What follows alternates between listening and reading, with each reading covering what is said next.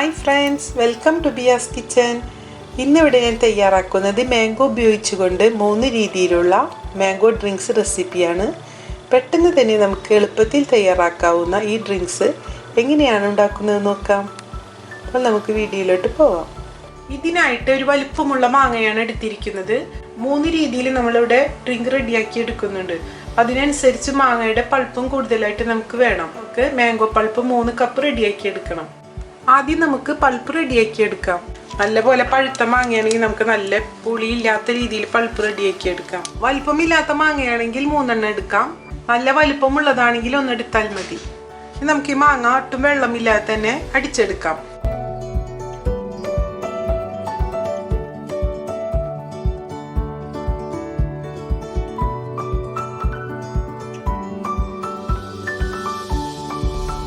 Mango pulp കൂടാതെ milk മിക്സിങ്ങും തയ്യാറാക്കി എടുക്കേണ്ടതാണ്.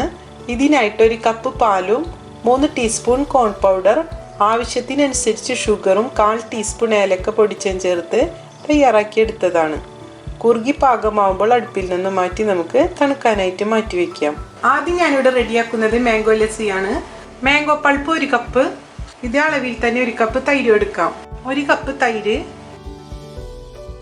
ഏലക്കപ്പൊടി 1 ടീസ്പൂൺ, ഷുഗർ ആവശ്യത്തിന്. ഞാനിവിടെ 3 ടീസ്പൂണാണ് ചേർക്കുന്നത്.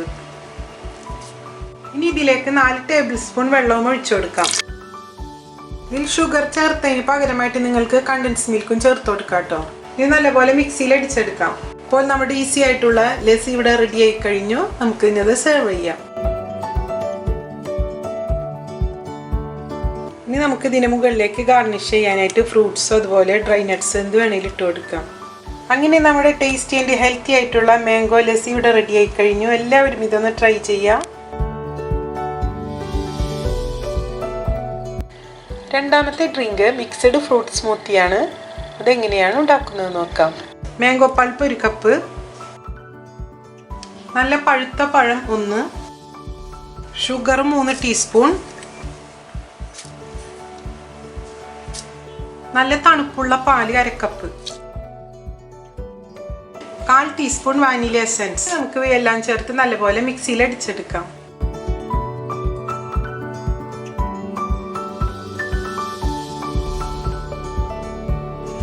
ആദ്യം നമുക്കിത് സെർവിങ് ഗ്ലാസ്സിലേക്ക് ചെറിയ പീസുകളാക്കിയിട്ട് പഴം ഇട്ട് കൊടുക്കാം.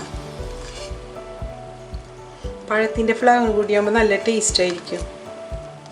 ഇനി ഇതിന് മുകളിലേക്ക് നമ്മൾ നേരത്തെ റെഡിയാക്കി വെച്ചിരുന്ന കോൺ പൗഡറിൻ്റെ മിക്സിങ് ഉണ്ടല്ലോ, ഞാനിതൊരു 15 മിനിറ്റ് ഫ്രീസറിൽ വെച്ചതാണ്. ഇതിലേക്ക് ഒഴിച്ചു കൊടുക്കാം. 4 ടീസ്പൂണാണ് ഇതിലേക്ക് ഒഴിച്ചെടുത്തിരിക്കുന്നത്. ഇനി ഇതിന് മുകളിലെ ലെയറായിട്ട് നമുക്ക് മാംഗോ പൾപ്പും ഇട്ടതിന് ശേഷം ഒന്ന് ഷെയ്ക്ക് ചെയ്ത് സെറ്റ് ചെയ്തെടുക്കാം. ഇനി ഇതിന് മുകളിലായിട്ട് മിൽക്ക് മിക്സ് ചേർക്കാം.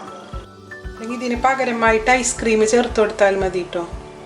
ടൂട്ടി ഫ്രൂട്ടിയോ ഡ്രൈ നട്ട്സോ ഡ്രൈ ഫ്രൂട്ട്സോ ചേർത്ത് ഗാർണിഷ് ചെയ്യാം.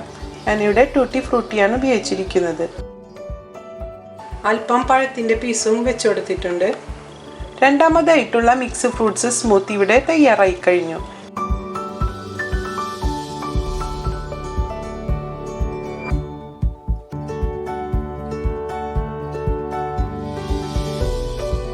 നമ്മുടെ മൂന്നാമത്തെ ഡ്രിങ്ക് ഏതാണെന്ന് നോക്കാം.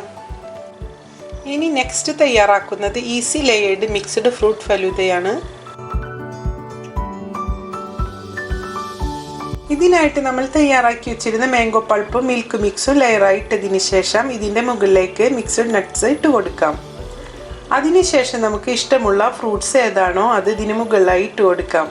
ഞാനിവിടെ അനാറാണ് ഉപയോഗിച്ചിരിക്കുന്നത്. ഇനി നമുക്ക് ഇതിന് മുകളിലേക്ക് പാൽ ഒഴിച്ചു കൊടുക്കാം.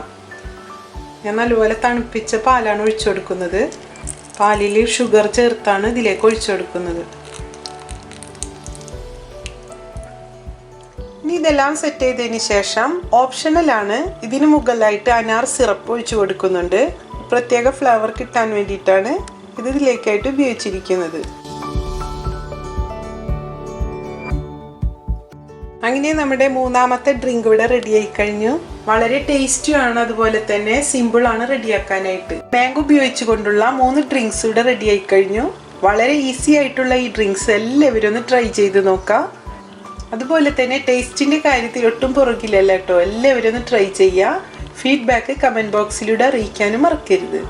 2 ഇൻഗ്രീഡിയൻസ് വെച്ചുകൊണ്ട് തന്നെ 3 രീതിയിൽ തയ്യാറാക്കുമ്പോൾ ഇത് ആർക്കും മിനിറ്റുകൾ കൊണ്ട് ഉണ്ടാക്കാവുന്നതാണ്.